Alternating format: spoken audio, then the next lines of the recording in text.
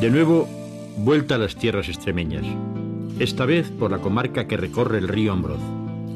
Esta comarca, situada en la provincia de Cáceres, ocupa uno de los vértices del norte de esta zona, justo a mitad de camino entre las altas y frías tierras castellanas y las suaves y onduladas dehesas cubiertas de alcornocales. Desde siempre ha sido paso natural hacia el norte y hacia el sur, y ya los romanos la utilizaron bajo el topónimo de la Vía de la Plata.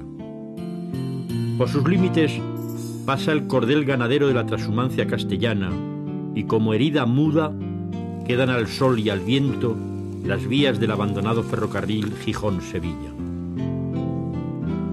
La Garganta, primer pueblo cacereño, me recibe con la altanería serrana con la que los pueblos recogidos en los duros inviernos se abren al aire cuando la primavera los inunda. Desde el vértice del valle de Santiervás contemplo la larga y emocionante perspectiva que, como un manto de verdura, desciende hasta la intuición de Hervás al fondo, en la lejanía.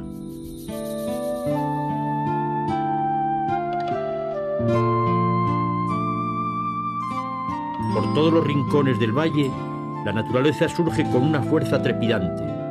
La primavera lluviosa y fría no ha sido ajena a este milagro increíble.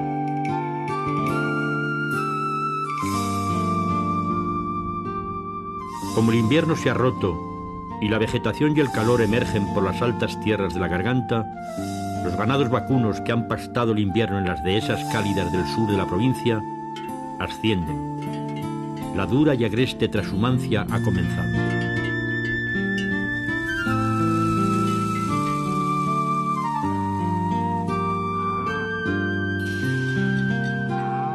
Mientras algún ganado ya descansa en los corrales y se estea alegre al sol tibio y a la hierba fresca, las importantes partidas siguen el cordel o cañada, asustados a veces, angustiados otras. Como un tropel de escolares revoltosos, zascandilean sus grandes y alegres cencerros por las calles de los pueblos.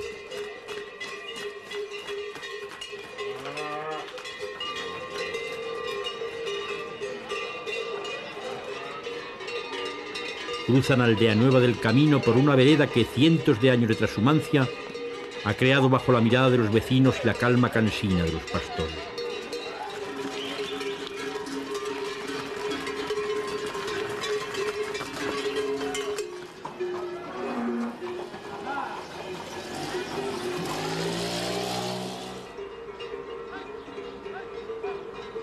En la carretera general, el cordel se hace angustioso, áspero, desesperante.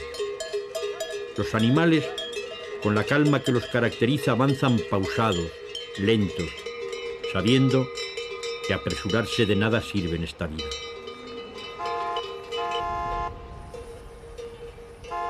Eulogio, ¿de dónde venís con este ganado? Pues estas las traemos de las tierras de Brozas. ¿Cuántos kilómetros hacéis de andando? Pues en total de aquí a allí unos 160 kilómetros. Y está muy complicado ahora el cordel que le llamáis vosotros por aquí, la cabañera. Mucho porque está interceptada por carreteras y bueno, por toda especie de, hasta por basureros en algunos sitios de los pueblos. ¿Sí? Cosa que ahora estos últimos años se ha notado también, porque eso ha desaparecido algo. Pero vamos, con muchos problemas. O sea, cuando llegáis aquí llegáis deshechos de nervios más que de fatiga, ¿no? Satisfechos por estar en casa, pero cansados de verdad. Oye, ¿y este tipo de ganado qué problemas tiene? Es decir, así como el ganado lechero, la vaca lechera, tiene el problema de las reducciones del mercado común europeo, ¿aquí qué os pasa? ¿Qué problema tenéis con este? Aquí el problema, bueno, pues el problema casi peor que tenemos es la cuestión de saneamiento ganadero, que nos obligan ahora a todos los ganaderos a hacerlo. Y bueno, pues ahí la administración se está pasando un poquito con nosotros, porque es una cuestión obligatoria, nos obligan, y este ganado que es un poquito recio, pues la verdad que lleva consigo pues muchas horas de manejo y muchos problemas en estos días que se hace el saneamiento. Y eso es todo, va a costa del ganadero.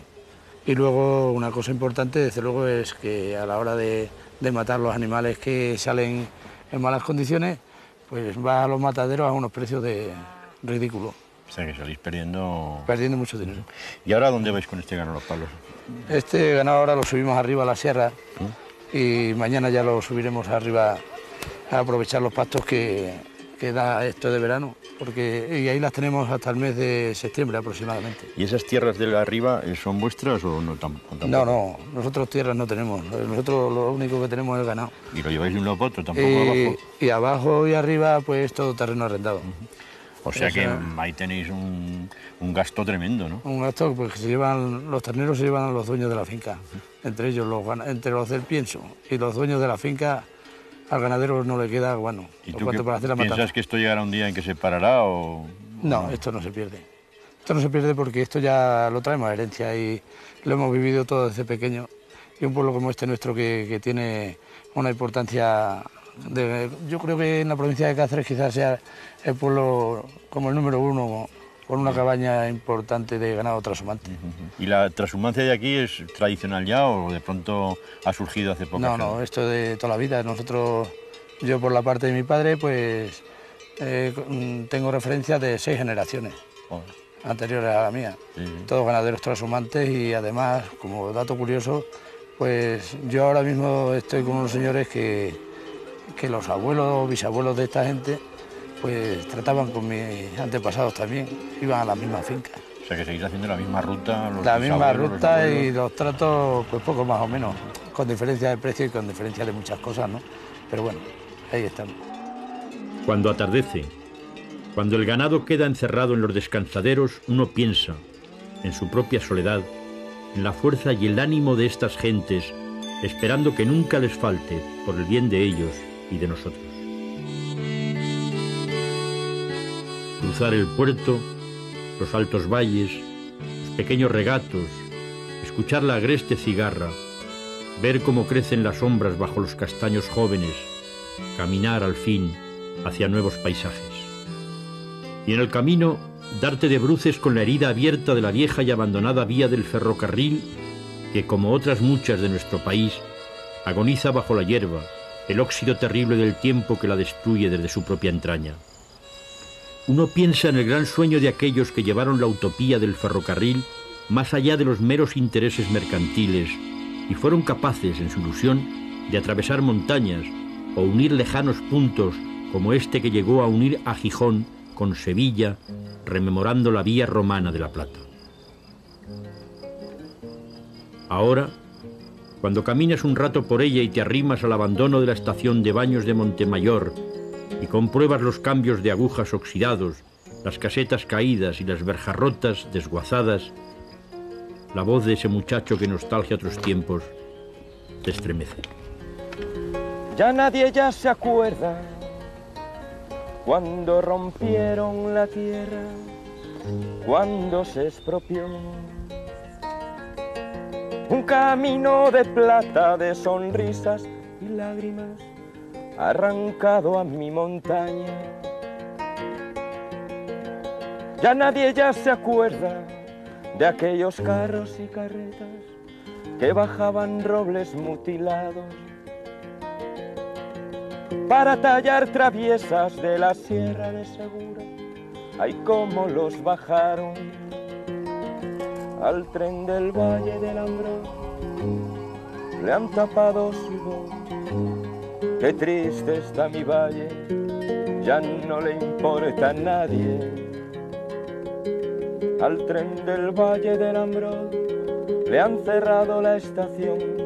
Hay un niño que está triste, ya nadie le dice adiós.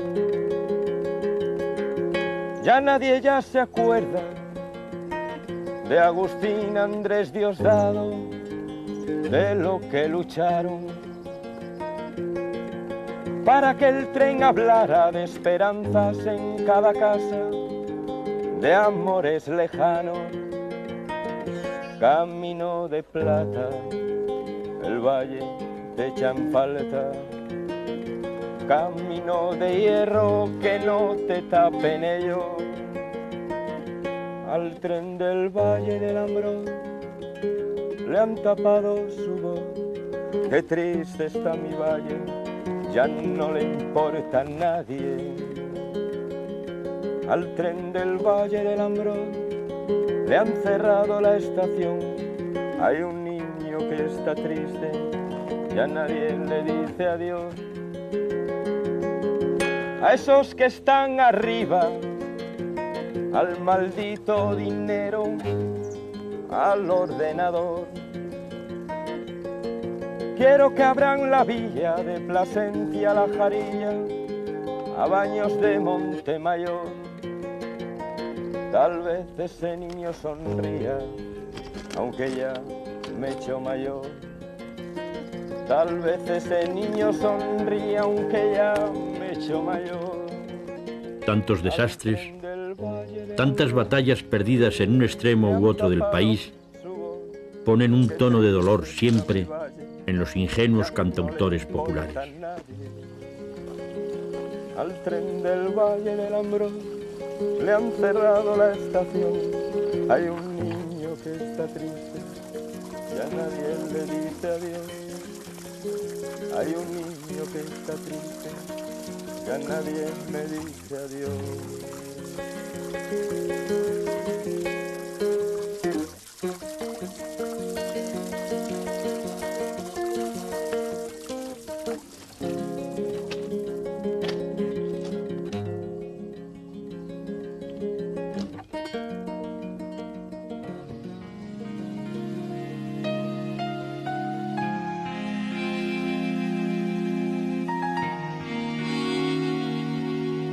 Pero el mundo y la reuma, la artritis y el asma siguen avanzando. Para combatirlos, nada mejor que una buena estancia y unos buenos y apacibles baños en Baños de Montemayor. Desde su origen en la fuente romana a la modernidad aséptica de hoy en día, la vida ha ido dejando huellas en los masajes corporales, en los baños individuales, etcétera, etcétera, etcétera.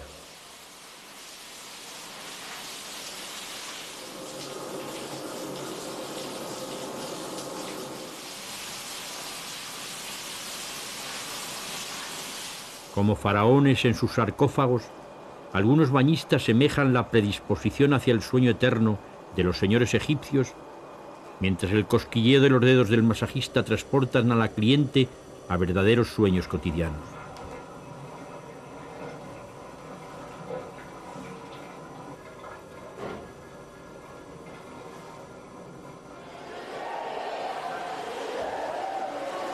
En la piscina comunal, a veces, además de los artríticos, resuena fuerte el vocerío de jóvenes excursionistas dispuestas a relajarse con el calorcillo acuático de las templadas aguas termales.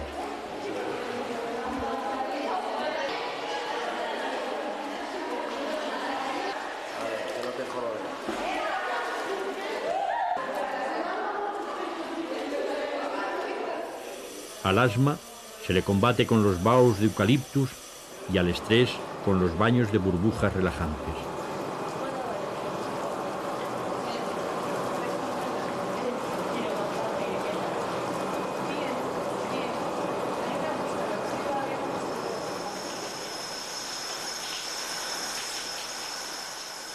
El masajista, impertérrito a las atracciones corporales, continúa su trabajo con la frigidez increíble de un gran profesional ante las tentaciones táctiles.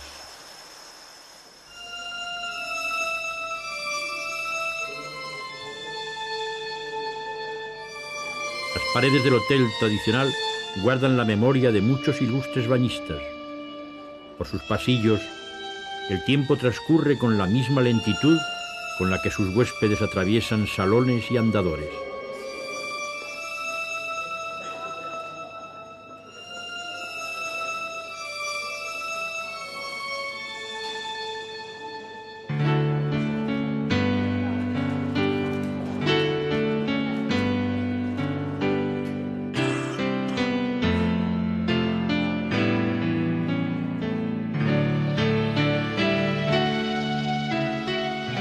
Otra manera de adentrarse en el Valle de Ambrós es por las sierras de Levante, por el puerto de Honduras, habiendo dejado a tus espaldas el Valle del Jerte con la cereza ya madurada y los floridos árboles lejanos en la memoria.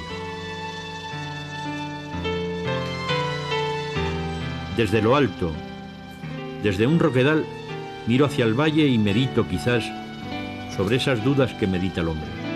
Luego, cuando tomo las empinadas cuestas y desciendo hacia el valle, por entre un túpido bosque de castaños increíbles al paisaje tópico de la Extremadura, el canto de los pájaros me acompañan hasta que esa misma madera te revienta al oído al entrar de lleno en las grandes sierras que la trabajan.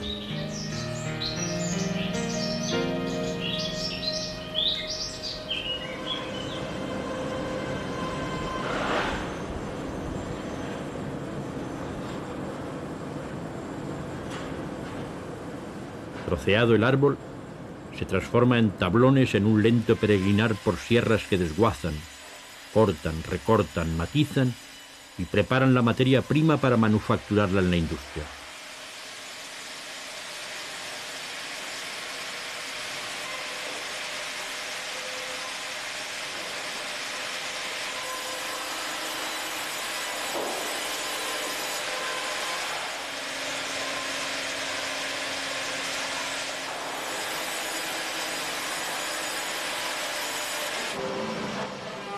Luego, poco a poco, van dando vida a la madera y descubriendo ese secreto que ella, dicen, lleva en sus adentros.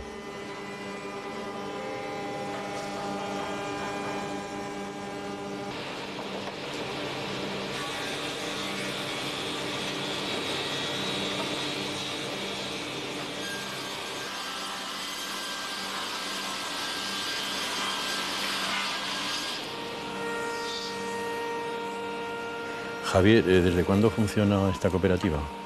Bueno, pues esto se constituyó en el año 71. Pues son los años difíciles de la migración, cuando todo el mundo, todo el valle, se marchaba a Alemania y a Cataluña y a Asturias. Pues un grupo de gente que se resistió de alguna manera, pues quiso luchar por esto y por una artesanía que era tradicional en la zona. Se montó esta cooperativa pues con unas 15 personas y en estos 26 años pues hemos llegado un poco a lo que estáis viendo, pensamos que con buen éxito, vamos, por nuestra parte. ¿Y cuántos lo formáis ahora la cooperativa? Ahora estamos 44 aproximadamente, 45, depende de época, más luego mucha gente que trabaja pues en los campos, en el tema de las talas, del área de madera, etcétera, ¿no? Entonces, o sea, se da bastante puesto de trabajo. La gente que trabaja aquí no hay contratados, no hay asalariados. Aquí son todos son cooperativistas, excepto los de temporada de corta, que son normalmente autónomos y trabajan para nosotros. ¿Y la madera que utilizáis aquí, cuál es la madera fundamental? Pues una madera de la zona, es madera de castaño, una madera de una calidad extraordinaria, tanto mecánica como estética, con unas posibilidades inmensas, que además es un monte que se regenera espontáneamente, que no da problemas ecológicos, y bueno, pues pensamos que en eso tenemos asegurado un cierto futuro, sobre todo si consiguiéramos también por parte de las autoridades de quien corresponda, pues proteger más el monte y que se aumenten las zonas productivas, que sería lo deseable. ¿Y por qué lugares de España vendéis fundamentalmente este? Prácticamente por toda España. Prácticamente por toda España, y en ocasiones incluso pues hacen algunas exportaciones al extranjero, pero de una manera un poco más esporádica, más puntual. En nuestro mercado natural es toda España y fundamentalmente dentro de España el norte. Está complicado el negocio del mueble y el mercado del mueble. Bueno, el mercado del mueble está pues como están todos los mercados, siempre pendiente de las crisis, siempre pendiente de la situación de los mercados, pero no nos quejamos. Que precisamente nuestra estructura de cooperativa pues nos hace ser muy flexible con respecto a las situaciones de mercado y a las vicisitudes que tiene el negocio. ¿Pensáis ampliar esta multinacional cooperativista o no? No creemos que lleguemos a ser nunca una multinacional, nos conformamos con ser lo que somos, pero sí intentar modernizarnos, es decir, estar a la altura de las necesidades y las circunstancias de lo que hoy es la moderna fabricación de muebles.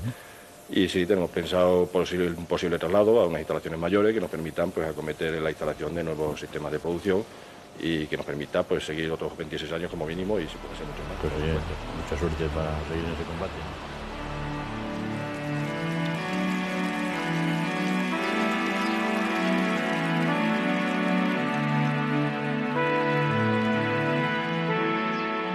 El río, que se ha despeñado por las veredas, llega al llano de modo cansino. Desciende bajo los ojos de puentes medievales recordando historias que pasaron por ellos o sobre ellos desde que los hombres eligieron estas tierras como lugares de camino diario.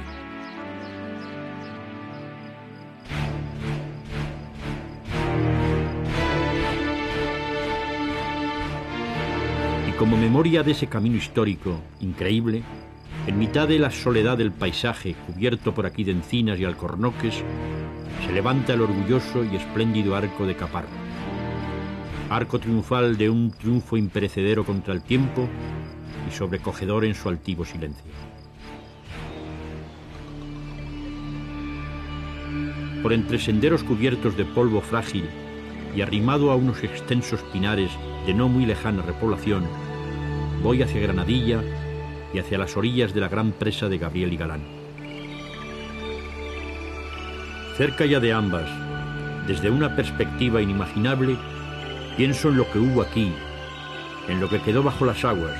Por mi país sabemos mucho de esto, y de cómo lo que un día fue se derrumbó arruinado sin que nadie pusiese el mínimo a la desesperanza.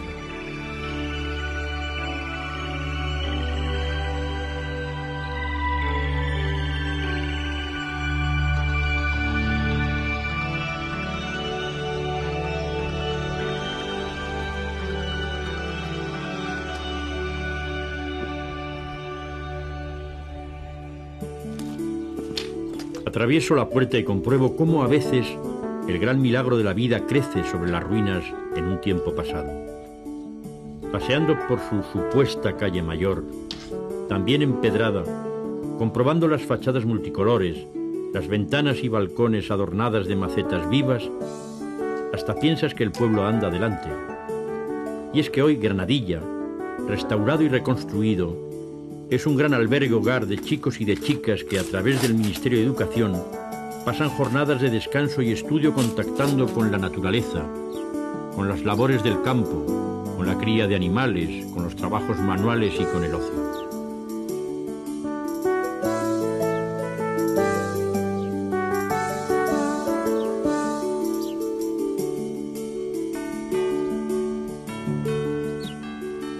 Si no miras atrás, si no conoces el drama de los expulsados, piensas que la vida señorea sobre los muros sólidos de las dos iglesias, de los paños de la muralla.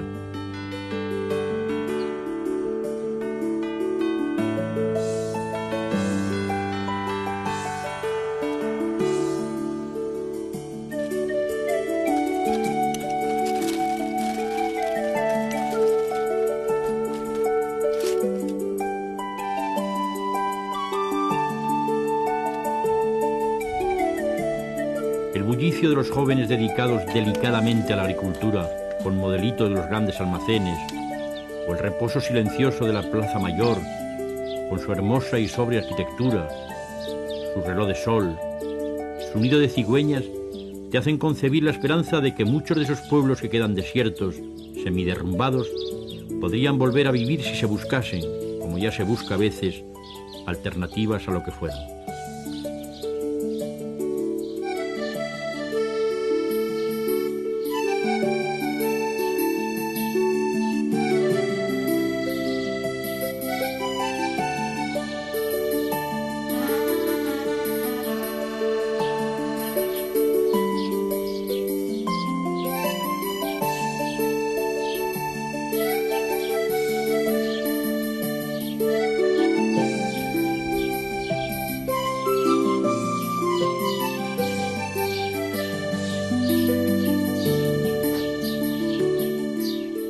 Paseo lento, un tanto melancólico.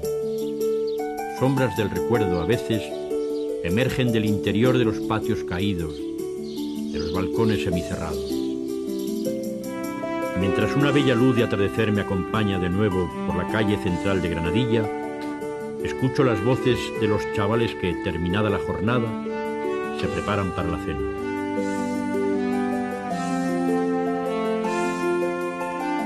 La altiva fortaleza recuerda al caminante lo que esta villa fue y representó durante siglos, desde que el rey leonés Fernando II la fundara en 1170.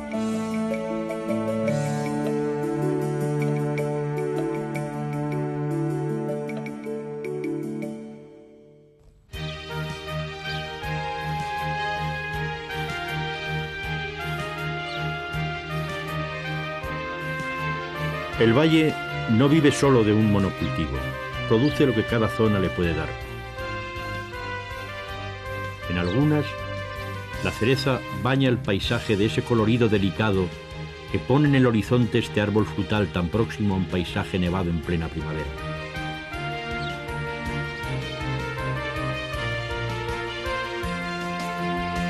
El año no ha sido bueno, pues las últimas lluvias han aguado el fruto, aunque en el Ambroz eso no es un drama como en otros valles próximos. El ganado y la madera son otras buenas maneras de sobrevivir, y aunque es dura esta supervivencia, al menos siempre queda aquel dicho de Dios aprieta, pero no ahoga.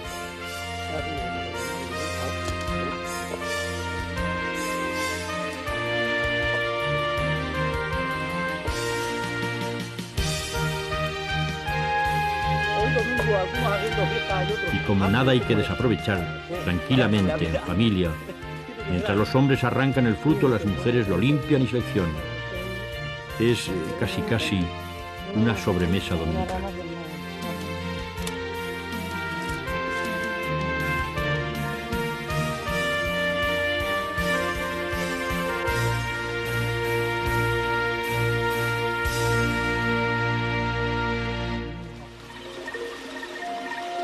Siempre hay que combatir la imagen tópica de una Extremadura seca e inhóspita.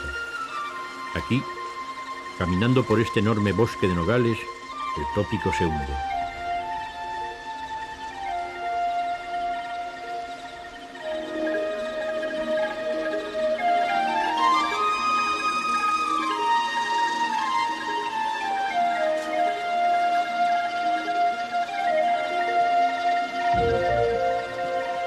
Asombrado yo mismo de la riqueza, me siento bajo el más enorme y viejo de todos los castaños y tomando un buen respiro de mi bota, cargada de ese vino fuerte que por estas comarcas llaman de pitarra, te chamuscas un buen rato la imagen con el culo en el suelo y te quedas un poco para allá de tanto ir y venir de un lado a otro.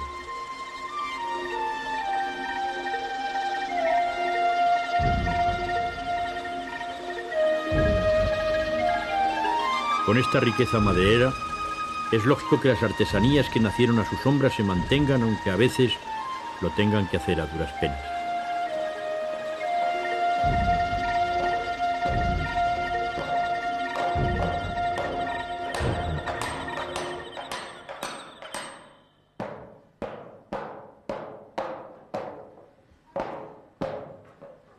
Y efectivamente, cerca de Hervás todavía queda como testimonio del gran naufragio de lo que fue esta gran industria de la madera, un pequeño taller en tiempos grande dedicado a la fabricación de toneles. Como ante toda artesanía, me asombro del milagro y del ingenio humano para levantar las formas, trocearlas, cerrar los cercos, cubrir las tapas y acabar teniendo algo que su presencia significó en un momento un enorme paso adelante de la historia colectiva de los pueblos.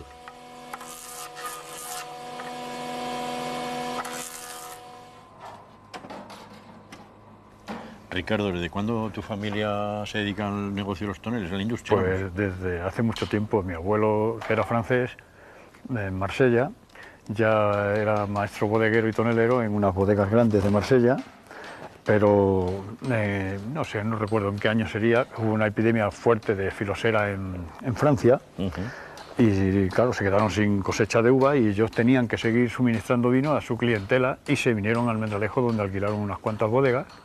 Y ahí ya mi abuelo, que era ya viudo, conoció a una mujer española que se casó con ella, y mi padre y mis dos tíos nacieron en Almendralejo ya.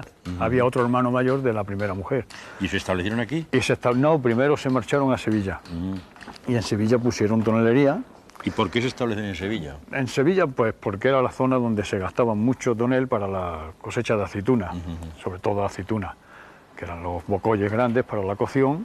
Y luego otro tipo de tonel, que era la llamada cuarterola de 200 litros, que era para la exportación. ¿Y tu padre se viene aquí luego? Y luego ya mi padre vino aquí porque era una aquí? zona de producción de madera para el tonel. El tonel el este de que se hace de castaño, sí, es castaño todo. Y fundamentalmente ahora, ¿para qué servían estos toneles? Estos toneles antes servían para la aceituna, luego hubo una época en que se gastaron muchos para pepinillos, pimientos, tomate, se metía todo en toneles. ¿Y ahora para qué se dedica? Y ahora pues esto ha quedado ya para vino, y para poco vino. Vinos nuevos, como son los vinos gallegos, quiero decir que no son para envejecer, porque el castaño no sirve para envejecer, esto es para vinos de año. ¿Y por qué se da la crisis y la decadencia del tonel? Por el plástico, claro, fundamentalmente por el plástico.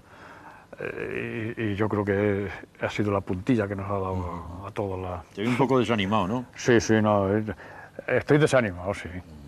Porque la realidad es así, no se puede... Es una pena, pues es un oficio tan bonito. Y, sí, es bonito, sí. ¿No? Y el proceso que es muy, sí. no sé, que es muy hermoso, ¿no? Verlo cómo se va haciendo todo esto y tal, ¿no? Sí, pero las circunstancias mandan. Ah, pues a ver si la próxima vez que vuelva yo por aquí me veo todo este almacén lleno de cubas aquí. Lleno, pero para venderse, Para vender, no que estén aquí amontonadas. Sí, ojalá.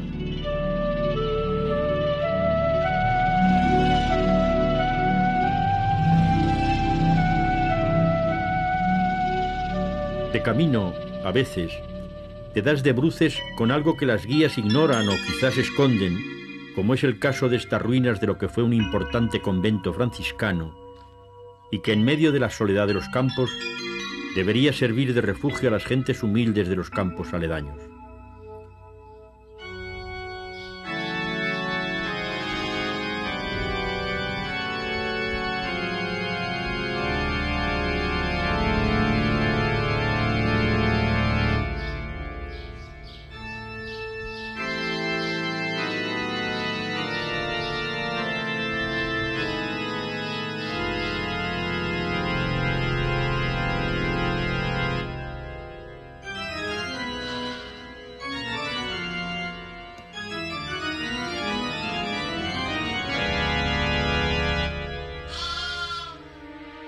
En medio de su altivez agónica, en medio de esa sombra de esplendor pasado, permanece como un corral de ganado lanar en el que los balidos de los corderillos, llamando a sus madres, te producen ternura y asombro.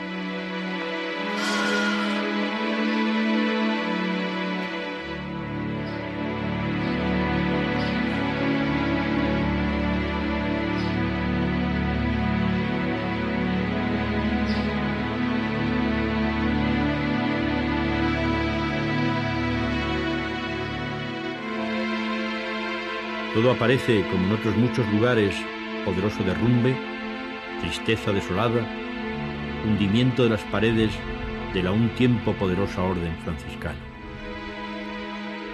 Tal es el destrozo que ni la imaginación puede reconstruir tanto arco caído, tanto muro reventado, tanto portalón desguazado o tanto cerco de pared intentando salirse para tomar el aire puro de la enorme dehesa que lo circunda.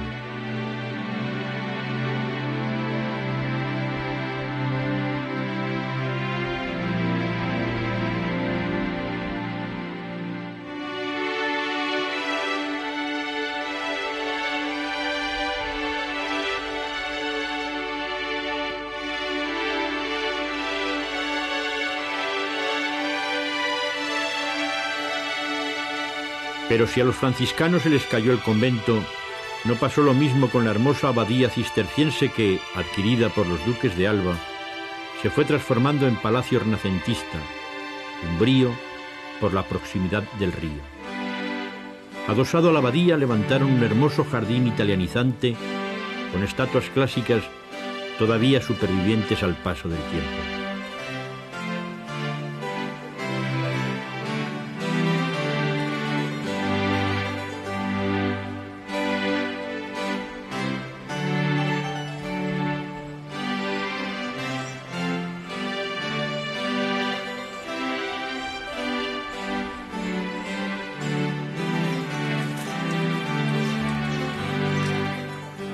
Por una larga y empinada escalinata, por unos paseos frescos y recoletos, llego hasta el edificio central en cuyo centro se guarda uno de los claustros mudéjares más bellos y equilibrados de toda la península.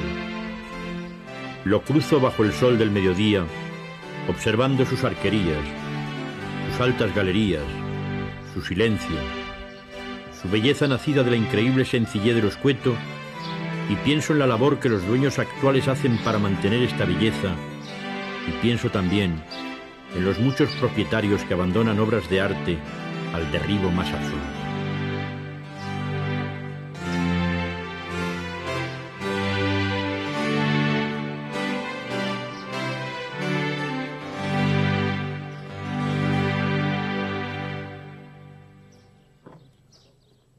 La niña cuando va a misa de hoy y va delante de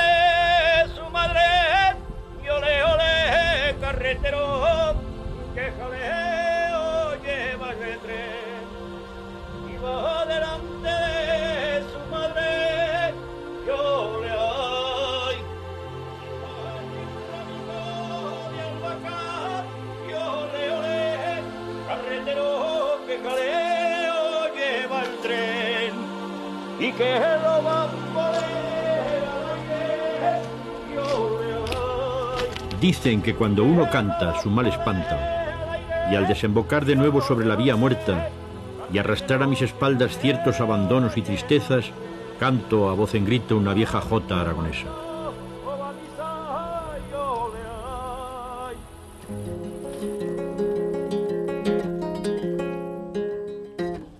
Al desembocar de nuevo ante la estación abandonada de esta localidad y ver la urdimbre atenazada en los hierros del puente, vuelvo a recuperar la memoria de aquel muchacho que en la estación de Baños cantaba la nostalgia de todas las vías cerradas, de todas las estaciones muertas, de todos los trenes inexistentes.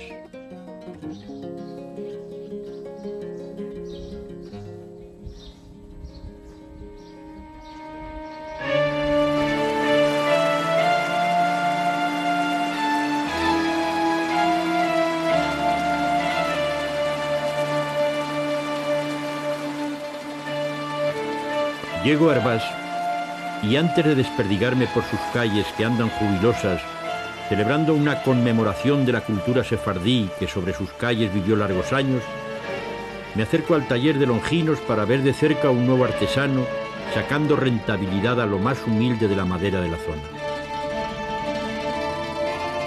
Con las bridas de los castaños hace canastas, canastillas, banastos, utensilios que también agonizan ante el avance desaforado del plástico.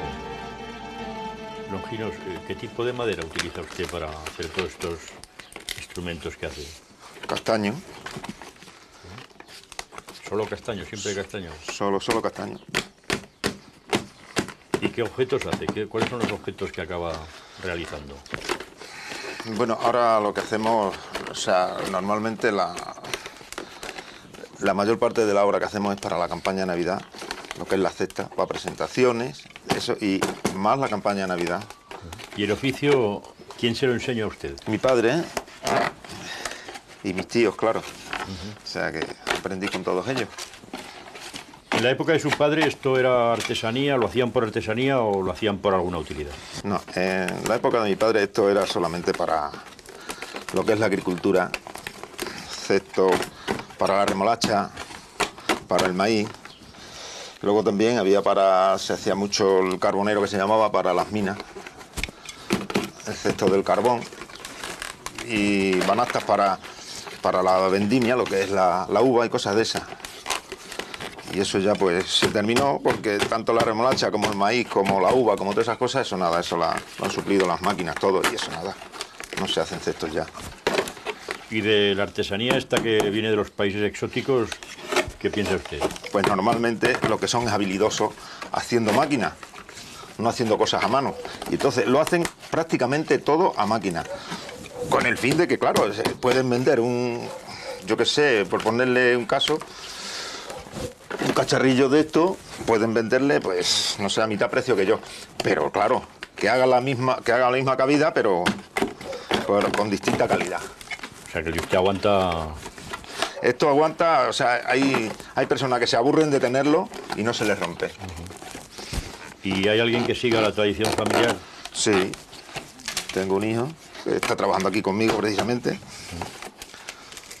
Está trabajando conmigo y no sé si... Bueno, vamos, es factible de que siga la tradición, porque normalmente no es que no sepa otra cosa, ¿no? Porque nosotros esto lo tenemos acoplado con lo del campo, con lo de la fruta y esta cosa, ¿no? Pero vamos, que creo que siga aquí en lo que es la artesanía esta nuestra.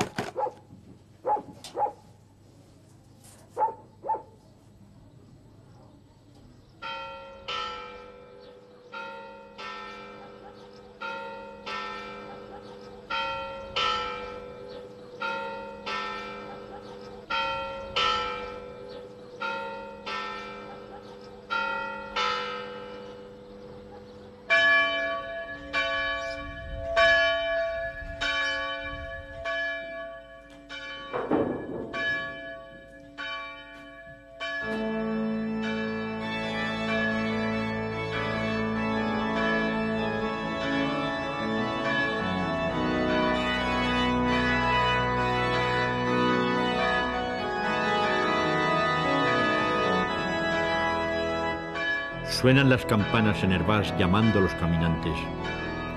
Y aunque ahora solo la cultura cristiana permanece marcando su triunfo en esos hermosos altares barrocos que temerosos de los espacios vacíos recubren hasta el último rincón de las paredes, uno no puede dejar de pensar en lo que debió de ser cuando judíos y cristianos y árabes convivían juntos en un país enorme.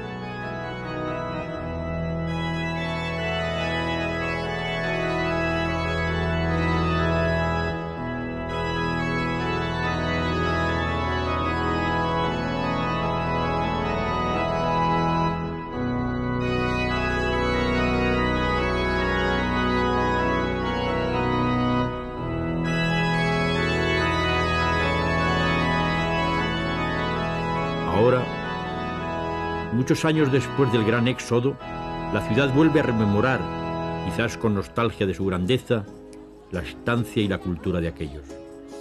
Por tu puerta yo pasé, te vi de via sentado, la llave dura yo besí, como besarlas tus caras. Amanama gulpembe, gulpembe, neve liselisende. Amanama gulpembe, gulpembe, neve liselisende. No te niegues que te besí, te tengo mi abrazado, como el ducado en el Sahara, te tengo culaneado. Amanama gulpembe, gulpembe, neve yuselisende. Amanama gulpembe, gulpembe, neve yuselisende. Osos pretojos tienes tú, por los mavis me muero. Cuando ve yo los pedrolis, cabo posaimente. Amanama gulpembe, gulpembe, neve yuselisende. Amanama gulpembe, gulpembe, neve yuselisende. Amanama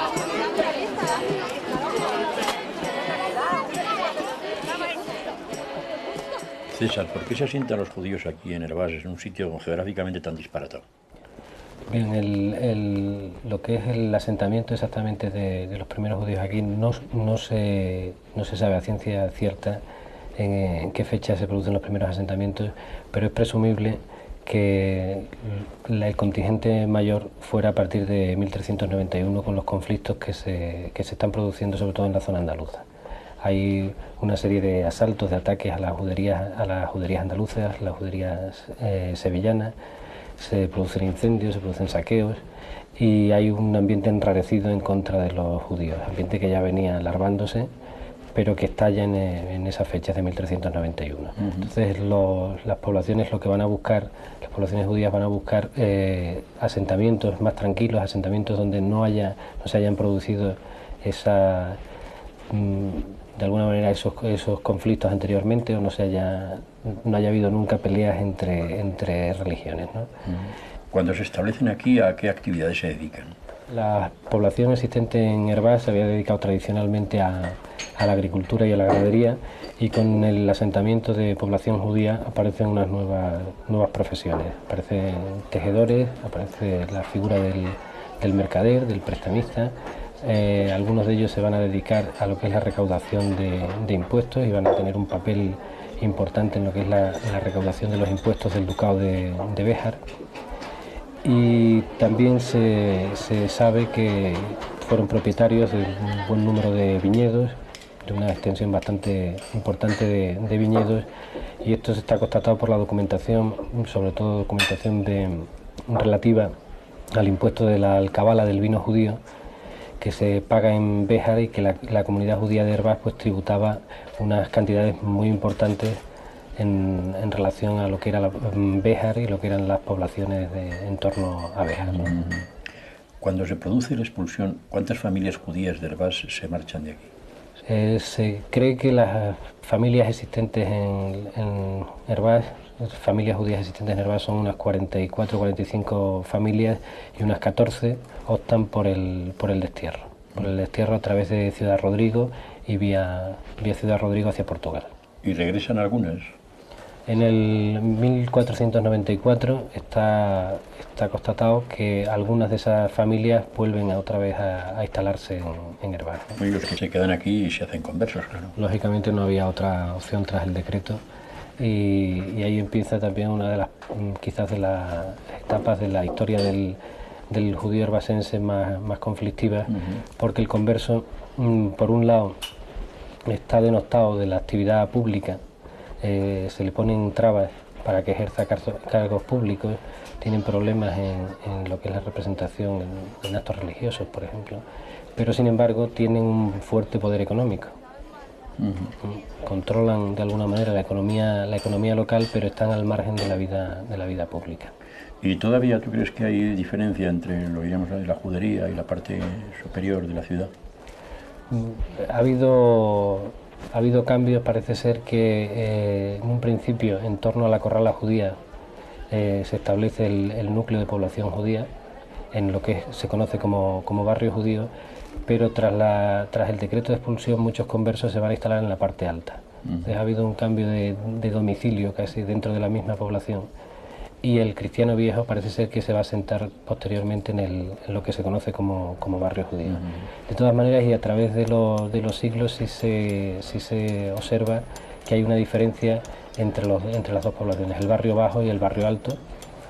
Hay diferencias que se pueden constatar incluso en la actualidad. En el barrio judío tenemos una vida más apegada a la tradición, las relaciones personales son más estrechas. La calle está como espacio público, no deja de ser una extensión del domicilio privado. La gente sale a la calle a hablar, a conversar. Entonces, César, vamos a celebrar con un brindis y con este vino poderoso porque las gentes del barrio alto y del barrio bajo hagan buenas migas y sean felices, ¿no? Oh, qué vinico. Está poderoso ese vino.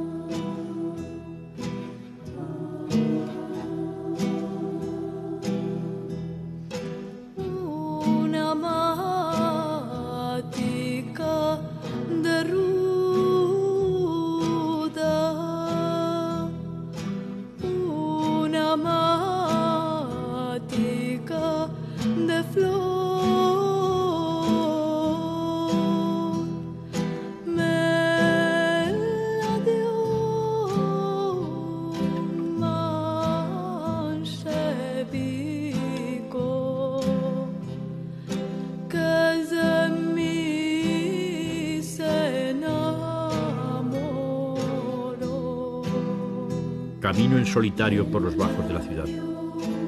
Las callejas, los rincones, las plazoletas y replazoletas, los ángulos convergentes y divergentes, todo es armonioso y más caminando, mientras de no sabes dónde, una canción sefardí, salida de una garganta increíble, te acompaña en el estremecimiento de las calles.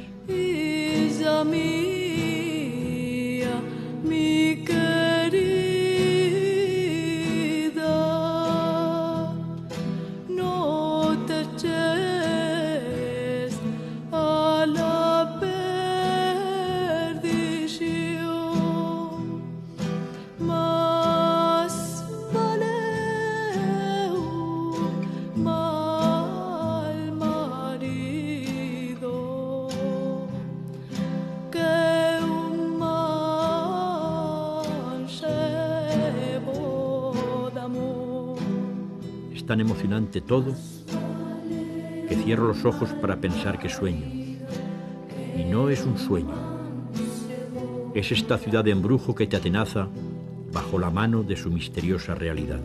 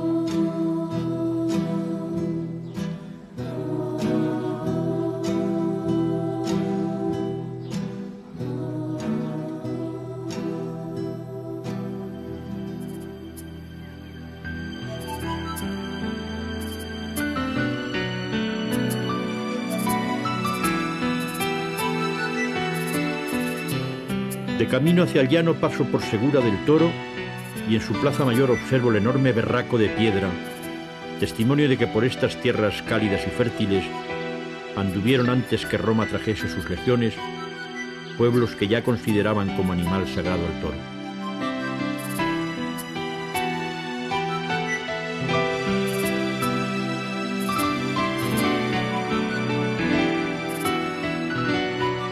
Y hacia adelante sigo, igual que los buitres en el cielo, para desde allí rememorar Granadilla y su bella recuperación, las aguas tranquilas del pantano, como esperanza de que el dolor que sus aguas causaron al detenerse, creen riqueza allí donde los regadíos reciban el milagro del agua.